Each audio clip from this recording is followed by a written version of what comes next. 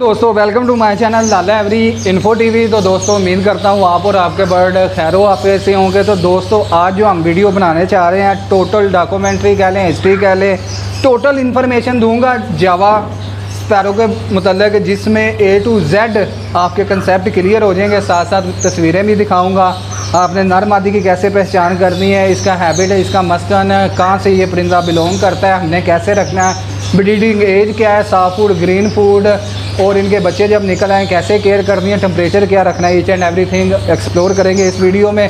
उससे पहले ये कि ये मैंने चैनल अपने शेड के लिए नया बनाया है, तो आपसे हम्बल रिक्वेस्ट है कि आप इस चैनल को सब्सक्राइब लाजमी करें, ताकि आगे जो मैं जावा के मतलब रिलेटेड ब्रीडिंग करवाने के रिलेटेड जो सीरीज़ चला रहा हूँ पार्ट 1 पार्ट 2, उससे भी आप मुस्तफ़ीद हो सकें, ताकि उसका नोटिफिकेशन आपको मिल सके। तो जल्दी से बेल आइकन बटन को प्रेस करें और सब्सक्राइब कर दें चैनल को। तो चलें वीडियो को शुरू करते हैं। इन डिटेल जो मैंने आज चार्ट लिखा है आपके साथ उसकी डिस्कशन करते हैं और आपको समझाने के आसान लफ्ज़ों में कोशिश करते हैं।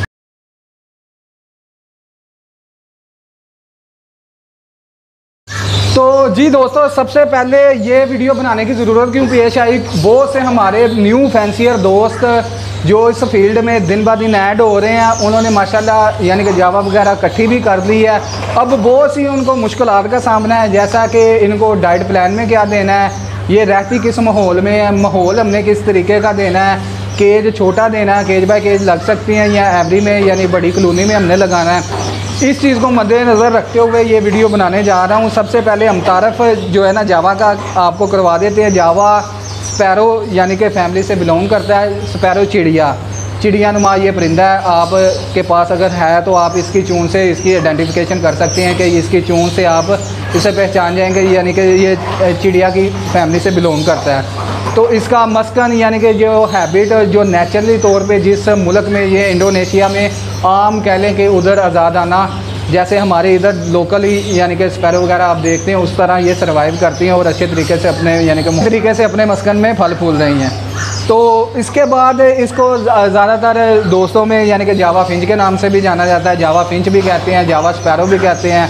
उसके बाद नरगस के नाम से भी जानी जाती है, जो इसके में वाइट कलर जो ज़्यादातर लोग लाइक भी करते हैं, उसमें वाइट कलर है, उसको नरगस भी कहा जाता है। ये कुछ इसका यानी कि शॉर्ट सा तारक था, तो ये आपको इसका करवा रहा हूँ। म्यूटेशन में इसमें बहुत से कलर हैं जो हमारे पाकिस्तान में आपको इजीली आम शेडों पे देखने को मिलेंगे। सबसे पहले जो इसका सबसे कॉमन और सबसे ज़्यादा कलर आपको देखने में मिलेगा ग्रे। मैं साथ साथ तस्वीरें भी आपको दिखाता जा रहा हूँ कि आपको वो कलर की पहचान भी हो जाए। ग्रे कलर आपको इजीली, ये वाइल्ड कलर है, जहाँ पे इंडोनेशिया में ये जहाँ पे यानी कि आज़ादाना घूमती हैं वहाँ पे ये जो ग्रे कलर है उसकी मिकदार सबसे ज़्यादा है। और इसको राइस बर्ड भी कहते हैं, और चावल क्योंकि ये मूंजी वगैरह बहुत शौक से खाते हैं, राइस बर्ड के नाम से भी इसको जाना जाता है।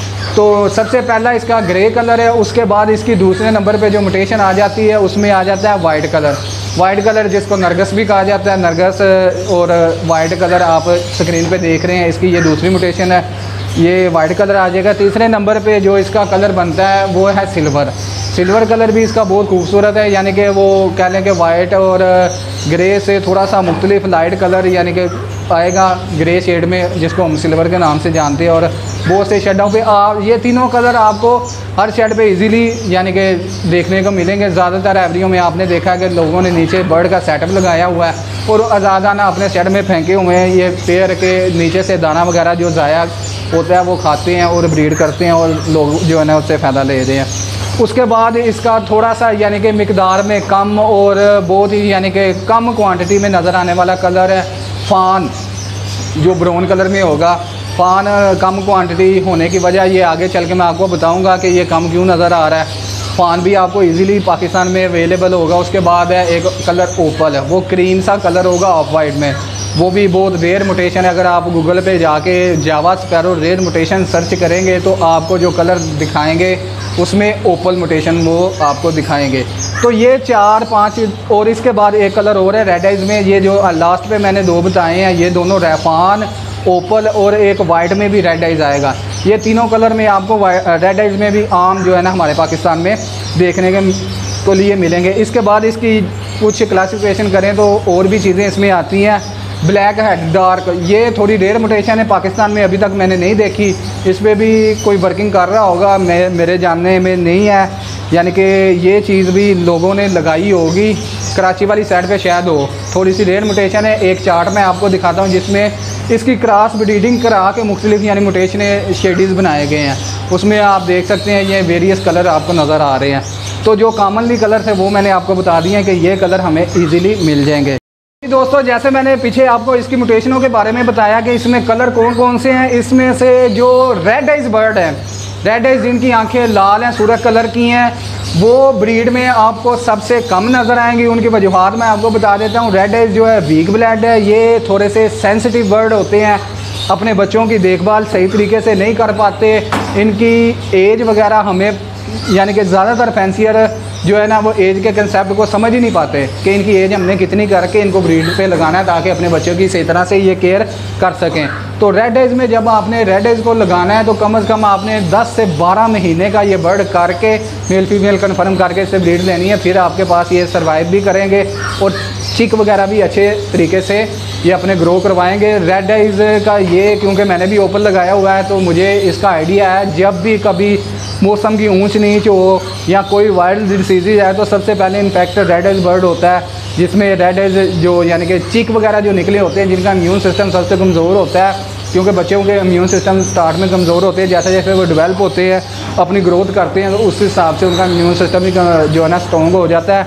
तो जो पट्ठे होते हैं वो ज़्यादातर इन्फेक्टेड होकर एक्सपायर होते हैं ओपल के, क्योंकि लास्ट सीज़न में कम से कम सर्दी जब पीक पे थी तो सर्दी की वजह से कुछ नहीं तो मेरे पास 15 के करीब निकले हुए थे चिक ओपल के और 50 के करीब सिल्वर के निकले थे। जो 15 ओपल के थे वो सारे के सारे एक्सपायर हो गए थे, सर्दी बर्दाश्त नहीं कर सके थे, यानी कि इतने वीक होते हैं। तो रेड आइज जिसमें फान हो गया, उसमें ओपल हो गया, उसमें जो अल्बिनो हो गया यानी कि वाइट कलर, ये तीनों रेड आइज म्यूटेशनें आपको मिलेंगी। इसको जिसने भी लगाना है थोड़ी सी इसकी स्टडी कर ले, इसकी एज कम से कम 10 से 12 महीने करके इसको लगाए और इसकी डाइट प्लान का अच्छा खासा ख्याल रखना पड़ता है। ये थोड़ा सा सेंसिटिव है क्योंकि ये ना जल्दी ब्रीड करता है, अगर ब्रीड कर भी दे तो उसके बाद इसका सबसे जो मेन इशू आया कि बच्चे नहीं पालता। तो अगर आपने रेड आइज लगाना है तो आप साथ सिल्वर या ग्रे या वाइट ये लाजमी लगाइए ताकि इसके एग वगैरह पोस्टर कर सकें, क्योंकि मेरे पास तो 40-50 दूसरे पेड़ थे, मैं एग वगैरह पोस्टर करके ब्रीड ले लेता था। बाकी 2-3 पेड़ मेरे अपने भी खुद भी बच्चे पालते थे क्योंकि उनकी एज 1 ईयर अबव थी। तो ये चीज़ भी आपको समझाना बहुत ज़रूरी थी। इसके बाद हमारा अगला पॉइंट आ जाता है इसका लाइफ साइकिल।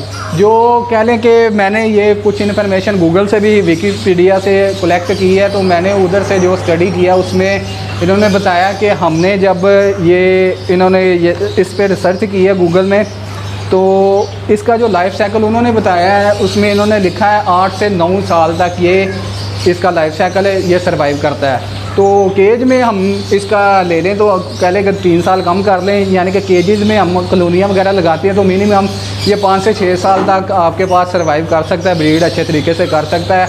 इसमें कोई इशू नहीं है कि ये 2-3 साल बाद अक्सर दोस्तों के मैसेजेस आते हैं कि इसकी लाइफ साइकिल कितना है, कितनी देर ये ज़िंदा रहती है और एक्सपायर हो जाती है। जो अल्लाह की तरफ से मौत आनी है या बीमारी की वजह से जो मसला बनना है वो एक अलग चैप्टर है। अगर आपका कोई हेल्दी बर्ड है तो अपना लाइफ साइकिल समझ लें कि वो 10 साल भी कर सकता है, ये लाजमी नहीं कि 8-9 साल, तो इसका लाइफ साइकिल इतना है। उसके बाद दोस्तों अगली बात आ गई कि ये कितनी एज में ये अडल्ट होते हैं। अडल्ट में ये सबसे ज़्यादा जो हमारे न्यू फैंसियर हैं जिनको धोखाधड़ी में ज़्यादातर जो है ना ब्रीडर कह के लोग थमा देते हैं कि ये ब्रीडर पेयर है, उसमें आप देखें जो अडल्ट एज है इनकी 4 मंथ से आप जो पट्ठा यानी कि 4 मंथ की एज में पहुंच जाएगा, वो अपना तीसरा मोल्ड स्टार्ट करके यानी क्लियर करके हूबहू ब्रीडर की तरह तैयार हो जाएगा। आप जज नहीं कर सकते कि ये ब्रीडर है कि यानी अडल्ट है। तो 4 से 5 महीने में फुली अडल्ट हो जाता है। और इसकी स्टडी जो की है या जो मेरा एक्सपीरियंस है 3 साल का, 6 माह का बर्ड ये ब्रीड करता ही करता है। 5 से 6 माह की एज में जाके ये नर मादी आपका कन्फर्म हो तो ये बर्ड ईज़िली ब्रीड कर जाता है।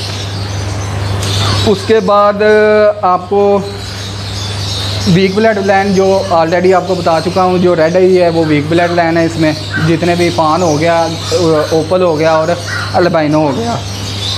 अब चलते हैं इसके ब्रीडिंग सीज़न में। ब्रीडिंग सीज़न है इसका दोस्तों मौसम बहार है, मई से मार्च से फरवरी के एंड यानी मार्च के स्टार्ट से लेके मई तक जो सीज़न है रंगीन मौसम है। आप इसमें इससे ब्रीड ले सकते हैं, लाजमी नहीं बहार। आप पूरा साल अगर आप अपना एटमॉस्फेयर या माहौल जहाँ पे आपने ये बर्ड रखे हैं उससे कंट्रोल कर सकते हैं तो आप इजीली, यानी बहार के दिनों की मैं बात करूं तो उस दौरान आप देखें ह्यूमिडिटी का एक लेवल बहुत ही यानी आइडियल होता है और टेम्परेचर भी आइडियल होगा, जिसमें आपको 25 यानी कि 23, 25, 27 से टेम्परेचर यानी कि इजीली मिल रहा होता है। उसके बाद ह्यूमिडिटी 50 से 70 ऑटोमेटिकली एडजस्ट यानी कि कुदरती तौर पे होती है। अगर ये टेम्परेचर आप पूरा साल करके रखते हैं तो ये पूरा साल ब्रीड करता है, कोई परेशानी वाली बात नहीं कि इसका कोई ख़ास सीज़न है। वैसे जो रिकमेंडेड है ये स्टडी किया उसमें उन्होंने यही बताया कि बाहर के मौसम में इससे ब्रीड लें, अदरवाइज़ क्योंकि फिर आगे जाके मानसून ये बरसातें इसमें ह्यूमिडिटी इंक्रीज़ कर जाती है, टेम्परेचर हाई हो जाता है। इस दौरान भी हम अगर कंट्रोल सेट करते हैं तो हम इजीली ब्रीड ले सकते हैं। अगर सर्दी की बात करें तो सर्दी में हमें टेम्परेचर यानी बल्ब वगैरह या हीट का इंतज़ाम करें तो उससे हीटर वगैरह लगा के मेंटेन कर लें टेम्परेचर, तो फिर भी हम इनसे ब्रीड ले सकते हैं। टेम्परेचर के हवाले से और इसके रहन सहन के हवाले से ये कंसेप्ट भी आपका क्लियर हो जाना चाहिए। तो ब्रीडिंग के लिए ये एक टेम्परेचर आपने जब भी इनको ब्रीड पे लगाना है तो आपके पास जो टेम्परेचर आइडियल टेम्परेचर 25 से 30 है और ह्यूमिडिटी 50 से 70 है। ये आप मैनेज कर लें। ऊंच नीच 1-2 दिन या 10 दिन की हो भी जाए बारिशों के दौरान या मौसम अचानक बदल जाता है तो उससे कोई फ़र्क नहीं पड़ता। बाद दोस्त परेशान हो जाते हैं कि आज बारिश हो गई, ह्यूमिडिटी का लेवल अचानक से इतना हो गया तो क्या मसला हो जाएगा। ये 1-2 दिन से कुछ भी नहीं होता। कंटिन्यूसली अगर ये मसला आए तो फिर ये डेड इन शेल या जो है ना बच्चे वगैरह अंडों में मर जाते हैं, ये मसला आ जाता है। या ज़्यादा ह्यूमिडिटी की वजह से इन्होंने नेस्टिंग की होती है, नेस्टिंग के ऊपर फंगस, नमी की वजह से फंगस जनरेट होती है जो कि ज़्यादातर बच्चों पे अटैक करती है और बड़े परिंदों की नोज़ वगैरह पे खुश्की और माइट्स का अटैक आ जाता है। वो चीज़ों को भी आपने ख्याल रखना है कि ह्यूमिडिटी ज़्यादा नहीं होने देनी, वेंटिलेशन क्लियर रखनी है। और साल के किसी जो है ना पोर्शन पे आप जाके जब आपका बर्ड रेडी हो 6 महीने की एज पूरी कर ले तो आप इजीली ब्रीड करा सकते हैं। उसके बाद दोस्तों ब्रीडिंग एज के बाद फिर हमने देखना है कि इसको कॉलोनी देनी है कि 1 बाय 1 इंडिविजुअल लगाना है। तो आपको इसमें मैं क्लियर कर दूं, मेरे पीछे आप ये देख सकते हैं ये कॉलोनी लगी हुई है, सारे यानी कि 50 के करीब पेयर हैं इसमें। तो इजीली मैं कॉलोनी में ब्रीड करवा रहा हूँ क्योंकि अल्हम्दुलिल्लाह मैंने लव बर्ड उसके बाद जावा का सेटअप भी लगाया, उसके बाद मेरे पास ज़ेब्रा फिंचेस भी हैं। ये वो तो यानी कि मेरे पास इतना टाइम नहीं है कि मैं इन्हें 1 बाय 1 ब्रीड लगाऊँ। कंसेप्ट इधर क्लियर करें कि अगर हम किसी भी बर्ड को, चाहे वो लव बर्ड है, ज़ेब्रा फिंच है, डव है या जावा है, इंडिविजुअल 1 बाय 1 पेयरिंग करते हैं तो प्रोडक्शन सबसे ज़्यादा लेंगे। प्रोडक्शन का कंसेप्ट क्लियर करना है तो इसमें यह है कि अगर आप अकेला एक बर्ड एक केज में लगाते हैं वो अपने आप को सिक्योर समझता है, इजीली एग ले करता है, उसे परेशानी नहीं होती कि मेरे केज पे किसी ने हमला करना है या मेरा जो नेस्ट बॉक्स है उसके ऊपर किसी ने आगे अटैक कर देना या मुझसे किसी ने यानी कि कब्जा कोई कर लेगा या मुझे कोई तंग करेगा। इसलिए वो 1 बाय 1 केज में इजीली अपना यानी कि रिज़ल्ट परफॉर्म करता है और मैक्सिमम रिज़ल्ट देता है। कॉलोनी में ये होता है कि कॉलोनी में इस चीज़ को हमने इसका अल्टरनेट और इसका तदारक हमने इस चीज़ से लिया है कि हमने 50 पेयर छोड़े हैं तो 50 की बजाय हमने 70 मटकियाँ देनी हैं ताकि सारे के सारे पेयर एडजस्ट हो सकें। ये ना हो कि 50 पेयर है आप 50 ही मटकियाँ लगा दें और लड़ाई झगड़ा चलता रहे कि 2 पेयर एक ही मटकी के पीछे लड़ के आपस में अपने आप को ज़ख्मी करें और एक्सपायर कर दें। तो कॉलोनी के लिए आपने अगर 50 पेयर मैं अपनी बात करूँ तो मैंने इधर 70 पेयर जो है ना मटकियाँ लगानी है ताकि इजीली ये एक दूसरी यानी कि जगह शफलिंग करके भी एडजस्ट कर दें। और ये जावा की एक और आपको जो टिप बताता चलूँ, इसकी एक खासियत है, अगर 2 मटकियाँ लगी हुई हैं, एक पेयर ने अंडे दे दिए हैं, बच्चे निकल आए हैं तो फीमेल की यानी कि एक कहने की हैबिट है, उसकी आदत है, उसने साथ ही दूसरी मटकी अगर फारग है उधर कोई यानी कि माहौल नहीं है ब्रीडिंग का तो उसने उधर नेस्टिंग करके अंडे दे के बैठ जाना, मेल ने दूसरी जगह पे अपने बच्चे पालते रहना है। ये एक इसका यानी कि एज पॉइंट है कि ये इस तरीके से भी ब्रीड करता है। अगर आपके पास कॉलोनी में बात करूं कि 10 फीमेलें हैं और 8 मेल हैं तो आपकी 10 की 10 फीमेलें ब्रीड करेंगी क्योंकि एक मेल के साथ 2-2, 3-3 फीमेलें भी अटैच हो जाती हैं और अंदर यानी कि आपका प्रोसेस चलता रहता है। ये बहुत ही मुफीद और इन्फॉर्मेटिव यानी कि जो ना टिपें मैं आपको दे रहा हूँ। नेस्टिंग मटेरियल आ गया हमने उसके बाद ब्रीडिंग का तो मैंने बता दिया कि केज इंडिविजुअल लगाना है।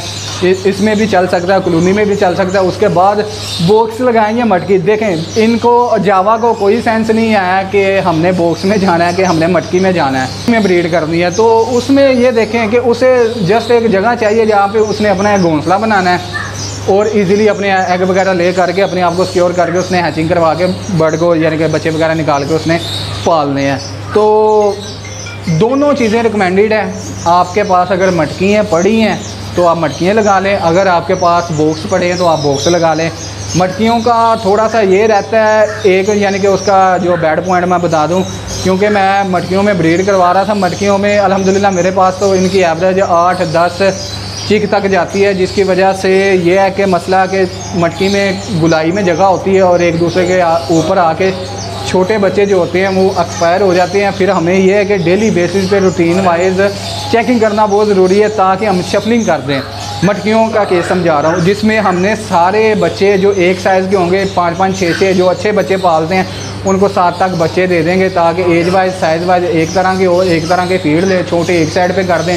तो इस तरह से आपके बच्चे एक्सपायर नहीं होंगे। इसके अल्टरनेट अगर हम बात करें मटकी बॉक्सेस की, तो इस बार मैंने बॉक्सेस इंस्टॉल कर दिए क्योंकि लव बर्ड के लिए मैंने अलहदा से नए बॉक्स तैयार करवाए हैं। तो मेरे पास लव बर्ड के अब एक्स्ट्रा हो गए हैं बॉक्स, तो वो मैं अब लगाऊंगा। तो बॉक्सेस में भी इनकी ब्रीड बहुत अच्छी आती है क्योंकि मैंने एक शेड भी विज़िट किया था डॉक्टर शेड के नाम से, तो उनके पास हमने देखा भी था कि बॉक्सेस बड़े साइज़ के उन्होंने लगाए थे कि एक पेयर अगर बॉक्स में अंडे दे रहा है, बच्चे निकाल रहा है, तो वो बॉक्स में इतनी ज़्यादा जगह थी तो उधर अंडे दे के बच्चे निकले हुए हैं और साथ ही फीमेल दूसरी जगह पे भी अंडे दे के ले करके बैठी हुई थी, यानी कि डबल यानी कि सीन पार्ट उधर चल रहा था। तो ये भी आपको कंसेप्ट क्लियर हो गया कि अंडे वगैरह बॉक्स में लेने हैं या मटकी में जो मर्ज़ी लगाएं अंडे दे देंगे। उसके बाद अगला पॉइंट आ गया नेस्टिंग मटेरियल। बहुत ही इंपॉर्टेंट चीज़ है नेस्टिंग मटेरियल। हम इन्हें क्या दें, क्या यूज़ करवाएं और किससे यानी कि ये अपने आप को कंफर्टेबल समझे और अच्छे तरीके से ब्रीडिंग परफॉर्म करें। देखें जब आपने लगा लेने ब्रीडिंग बॉक्सेस तो अगला हमारा स्टेप होना है कि इनको नेस्टिंग कैसे दें। ये सारी चीज़ें मैं जो आज आपको यानी कि वर्बली बता रहा हूँ, आगे मैं जावा की ब्रीडिंग के हवाले से पार्ट वाइज सारा यानी कि सिस्टम शुरू करने लगा हूँ। आपको प्रैक्टिकली चीज़ें फिज़िकल दिखाऊंगा भी, करके भी दिखाऊंगा कि ये चीज़ें हमने लेके चलनी है, ये चीज़ें हमने करनी है इंशाल्लाह ताला। मेरे साथ साथ आप दोस्तों जिन्होंने जावा वगैरह लगाई है अल्हम्दुलिल्लाह, मैं कोशिश करूँगा कि जो मैं आपको समझाना चाह रहा हूँ, जो इधर एक्टिविटी हो रही है उससे आप भी मुस्तफ़ीद हो और जो है ना अच्छी ब्रीड से आप भी फ़ायदा ले सकें। तो नेस्टिंग में जो रिकमेंडेड है उसमें आपने मूंज जो हम लव बर्ड को इस्तेमाल कराते हैं उसका आपने साइज़ रख देना है 6 से 7 इंच पीस, उसको आपने लहदा करके नीचे फेंक देना, खुद ब खुद उठा के ले जाएंगे और अपना नेस्ट तैयार करेंगे। उसके बाद मूंज के साथ आपने मिस 3-4 तरह की आइटमें बताऊंगा, ये आपने फेंकनी है।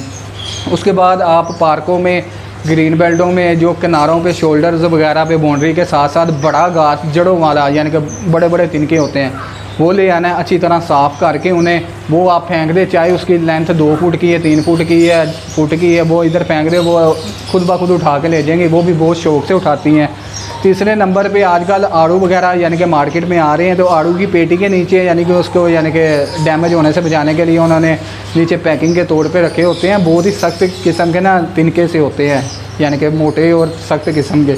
वो तिनके जावा बहुत ही शौक़ से यूज़ करती है और उससे भी बहुत अच्छे तरीके से घोंसला बनाते हैं। जब आपने नेस्टिंग एक बार देनी है तो इतनी नेस्टिंग दे कि रोज़ आप फेंकें, जब तक अंडे नहीं आ जाते आपने नेस्टिंग ख़त्म नहीं होने देनी। आपने मुसलसल नेस्टिंग इनको देते रहना है कि अपना नेस्ट अच्छे तरीके से तैयार कर ले। आप एक बार नेस्टिंग फेंकते हैं, सुबह अगर ख़त्म हो जाती है तो दोबारा फेंकें, तब तक जब तक आपके पेयर अंडे ले ना करना स्टार्ट कर दे। जब पेयर ले करना स्टार्ट कर दें तो उसके बाद नेस्टिंग का यानी कि रुझान कम कर दें और कम से कम अंदर थोड़ी सी रहने दें ताकि जिसको जितनी और ज़रूरत है वो उठा ले, अदरवाइज़ ज़रूरत नहीं होगी। फिर जब बच्चे हैच होंगे या बच्चे जब बाहर फ्लाई कर देंगे बड़े हो के अंडों में से, तो फिर नेस्टिंग चेंज कर देगा। वही रूटीन वाला तरीका वही आपने दोबारा अडॉप्ट कर लेना है। विटामिन की बात करें तो दोस्तों इनको विटामिन, क्योंकि ज़ाहिर सी बात है जब हमने बोस्ट नेस्टिंग देनी है तो साथ हमारा यानी कि ये भी जेहन में चल रहा होगा कि हम इन्हें विटामिन कौन से दें जिससे ये एग ले करें जो कि अनफर्टाइल ना हो और एग की रेशो भी सबसे ज़्यादा से ज़्यादा हो। 2 चीज़ें आपको इधर बताऊंगा, विटासोल सुपर या विटा गोल्ड। इजीली मार्केट से या पोल्ट्री मेडिकल स्टोर जो होते हैं वहाँ से आपको इजीली अवेलेबल होगा। ओमोनोटोन लिक्विड में होगा और वीटासोल सुपर। ये कैसे यूज़ करवाना है ये एक अलहदा से वीडियो ये सिर्फ मैं अभी तरतीब बता रहा हूँ कि ये काम हमने करने हैं, ये आपने माइंड में रखने हैं।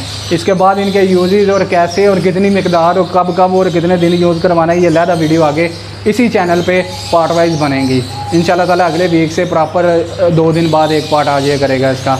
तो इसमें ये 2 रिकमेंड करूँगा, बेहतरीन रिज़ल्ट है। एग प्रोडक्शन भी अच्छी रहेगी, एग की फर्टिलिटी भी अच्छी रहेगी, आपके पेयर मोटिवेट भी होंगे ब्रीडिंग की तरफ, हीट पे भी आ जाएंगे, अनफर्टिलिटी का कोई इश्यू नहीं रहेगा। उसके बाद अगला पॉइंट है हमारा एग फूड।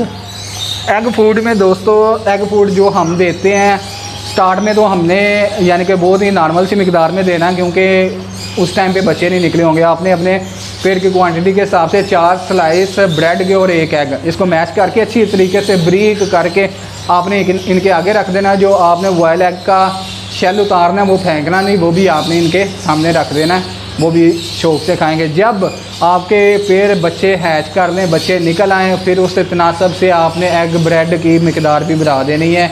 डेली कोई ना कोई इनको नरम ग़िज़ा लाजमी देनी है, जिसमें एग ब्रेड हो गया, दूध या छल्ली कॉर्न भुट्टा वगैरह जिसे कहते हैं, वो आपने लाजमी देना। उससे आप देखिएगा आपके जो यानी जावा के चिकन निकले, एक तो बहुत हेल्दी होंगे और दिनों में ग्रो करेंगे और ऐसे एक्टिव कि आपके बच्चे के साइज़ आपके यानी कि जो जावा के पेरेंट हैं उनसे बड़े होंगे।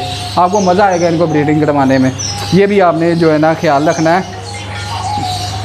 उसके बाद मैं आपको एक चीज़ क्लियर करता जाऊँ। बहुत से दोस्तों का सवाल अब माइंड में ये भी आ रहा होगा कि इनके एग की रेशो क्या है और एग कितने दिनों में हैच करते हैं और डेली एग देते हैं या नहीं। सबसे पहले मैं आपको बताता हूँ कि जो अभी सीज़न स्टार्ट होना है 15 अगस्त से इंशाल्लाह ताला, जो अगर अल्लाह ने चाहा मौसम ने इजाज़त दी तो 15 अगस्त से हम डब्बे इंस्टॉल कर देंगे और 15 दिनों के अंदर ये अपनी नेस्टिंग करके 1 सितंबर से अल्लाह के घर में बहुत उम्मीद है एग वगैरह आने शुरू हो जाएंगे। सितंबर अक्टूबर में जाके बच्चे भी बाहर आ जाएंगे इंशाल्लाह ताला।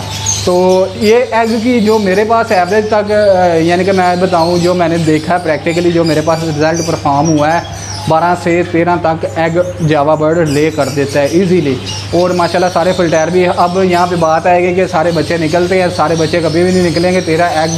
13वां एग जिस दिन यानी कि हैच होना है, तो जो पहले दिन बच्चा निकला है उसका साइज अच्छा खासा होगा, 13वां बच्चा वैसे ही नीचे आके मर जाएगा।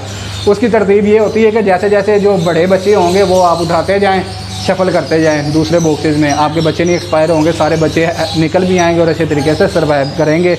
और इसके बाद इसकी हैचिंग डेट देखें, जो रंगीन मौसम आगे बहार का यानी कि कह लें कि जो आगे दरमियाना मौसम आना है जहाँ पे गर्मी और सर्दी यानी कि मिक्स तनासब से चलेंगी, उसमें इसकी जो हैचिंग डेट है 15 दिन। 14 से 15वें दिन आपके एग यानी कि आपके सॉरी कह रहा हूँ जावा के एग में से बच्चे निकल आएंगे, स्टार्ट हो जाएंगे, हैचिंग स्टार्ट हो जाएगी। जब सर्दी स्टार्ट हो जाएगी, टेम्परेचर यानी कि कम हो जाएगा, उस दौरान 15 से 18वें दिन तक आपने वेट करना है। फिर जाके यानी 18 दिन से भी ऊपर 1 आध दिन हो जाता है, फिर जाके बच्चे निकलने स्टार्ट होते हैं। ये 2-3 दिन का फ़र्क रहता है मौसम के तनासब की वजह से, तो आपने ये भी चीज़ नोटिस में रखनी है। उसके बाद बच्चे जब सेल्फ होते हैं तो बच्चे इनके मिनिमम अपने पेरेंट से नेस्ट के अंदर तकरीबन 25 से 30 दिन तक फीड लेते हैं। उसके बाद ये घोंसलों से जंप कर देते हैं, मज़ीद 15 दिन बाहर फीड लेते हैं, फिर आप इन्हें इजीली लैला कर सकते हैं। वो भी मैंने एक पहले भी वीडियो बनाई है, आगे भी फ्यूचर में वीडियो बना दूँगा। सीड मिक्स दोस्तों, इसमें कोई ऐसी यानी कि इसकी यानी कि बात नहीं है। आपने मैं एक झटका सा यानी कि शॉर्टली इसकी रेशो बता देता हूँ। 1 किलो बाजरा, 1 किलो चीना, 1 किलो गोल कंगनी, 1 किलो स्वांक और 1 किलो जो है ना आपने देसी कंगनी, ये सारी चीज़ें मिक्स करा लेनी है। आधा किलो आपने कनेरी, 1 पाव इसके अंदर सूरजमुखी के बीज, ये आपने मिक्स करके एक लहदा सेपरेट से दाना रख लेना। और मूंजी जो होती है वो आपने लहदा ले आनी है, वो लहदा बर्तन में आप दे लेनी है। डेली बेसिस पे आपने सीड मिक्स में ये इन्हें इस्तेमाल करवाना है। उसके बाद टेम्परेचर आपको मैंने आइडियल बता दिया, 25 से 30 आपने अपने शेड का करके रखना है। तो दोस्तों ये एक डॉक्यूमेंट्री है, एक टोटली मैंने एक वजाहत की है जो मेरे एक्सपीरियंस में चीज़ थी, जिससे आप दोस्तों के बहुत से सवाल मुझे व्हाट्सएप पे भी आते रहते थे। मैंने कोशिश की है कि आपको जर्नल और इजी वे और इजी यानी लफ्ज़ों में बयान कर सकूँ, तो बहुत से दोस्तों का कंसेप्ट क्लियर हो जाएगा इंशाल्लाह ताला। अगला जो मेरा यानी कि स्टेप होगा, जो अगली मैं इनकी बताऊंगा। उसमें मैं आपको फ़िज़िकल पकड़ के बताऊंगा कि मेल फ़ीमेल हमने कैसे आइडेंटिफाई करनी है, कि आपने मेल फ़ीमेल पकड़ लिया है इसका, अब यानी कि आपके पास तो 25 पीस हैं, आपको समझ नहीं आ रही मेल कौन सा है फ़ीमेल कौन सा है, उसके क्या यानी कि हरकत हैं, कैसे आइडेंटिफाई करेंगे इन डिटेल। जो अगला पार्ट आएगा उसमें मैं आपको बताऊँगा, इंशाल्लाह ताला आप उससे भी मुस्तफ़ीद होंगे। इसी के साथ हमें इजाज़त दें। अगर आपने वीडियो पूरी देखी, अब आपको पसंद आई है, अपने दोस्तों के साथ शेयर भी करें और वीडियो को लाइक कर दें अगर पसंद आई है, और चैनल को लाजमी सब्सक्राइब करें। आपको बहुत ही मज़े की इंटरेस्टिंग और हेल्पफुल वीडियो इस चैनल पर देखने को मिलेंगी। इसी के साथ हमें इजाज़त दें। जल्दी मिलेंगे किसी नए सेटअप पे, किसी नई टिप के साथ। अल्लाह हाफिज़।